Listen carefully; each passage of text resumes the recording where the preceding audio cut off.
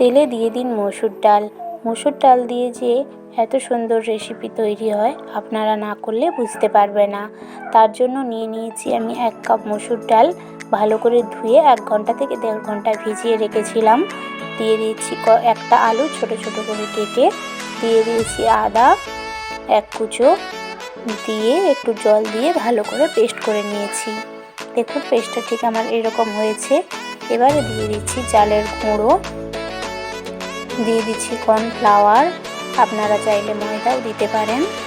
দিয়ে দিচ্ছি হাফ চা চামচ কালো জিরে, দিয়ে দিচ্ছি বেকিং পাউডার,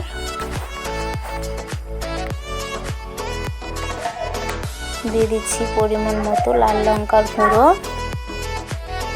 দেখুন দিয়ে দিলাম লাল লঙ্কার গুঁড়ো, দিয়ে দিচ্ছি পরিমাণ মতো বিট নুন, আপনারা চাইলে এমনি নুনও ইউজ করতে পারেন। আমি একটু স্বাদটা ভালো হওয়ার জন্য বিট নুন দিয়ে দিচ্ছি। দিয়ে দিয়েছি পরিমাণ মতো হলুদ গুঁড়ো। দেখুন দিয়ে দিচ্ছি জিরে গুঁড়ো, ধনে গুঁড়ো, সামান্য পরিমাণে গরম মশলা, দিয়ে দিচ্ছি 1 চা চামচ চাট মশলা, দিয়ে আবারও ভালো করে পেস্ট করে নেব। দেখুন এইরকম একটা থকথকে তো ব্যাটার তৈরি হয়েছে।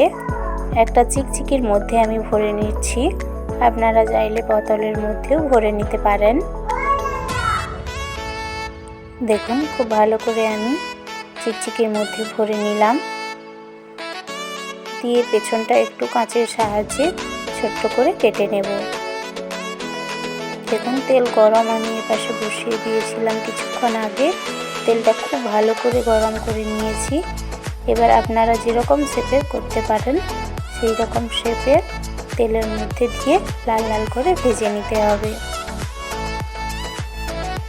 এটা শেপ দেওয়ার কোনো ঝামেলা নেই, আপনার ইচ্ছা মতো আপনি শেপ দিয়ে ভেজে নিতে পারেন। বেশ কিছুটা দেখতে কুরকুরির মতো হবে। এটা এমন একটা রেসিপি যে বাচ্চা বড় সবাইয়েরই পছন্দ হবে। বিশেষ করে তো বাচ্চাদের পছন্দ হবে, কারণ বাচ্চারা বাইরের কেনা কুরকুরি খায়। আপনারা ঘরেই বানিয়ে দিতে পারেন কুরকুরি, তার জন্য বাইরে থেকে কেনার কোনো প্রয়োজন নেই। দেখুন আমার কয়েকটা ভাজা হয়ে গেল, তুলে নিয়েছি। আবারও কয়েকটা তেলে ছেড়ে ভেজে আপনাদের দেখিয়ে দিচ্ছি।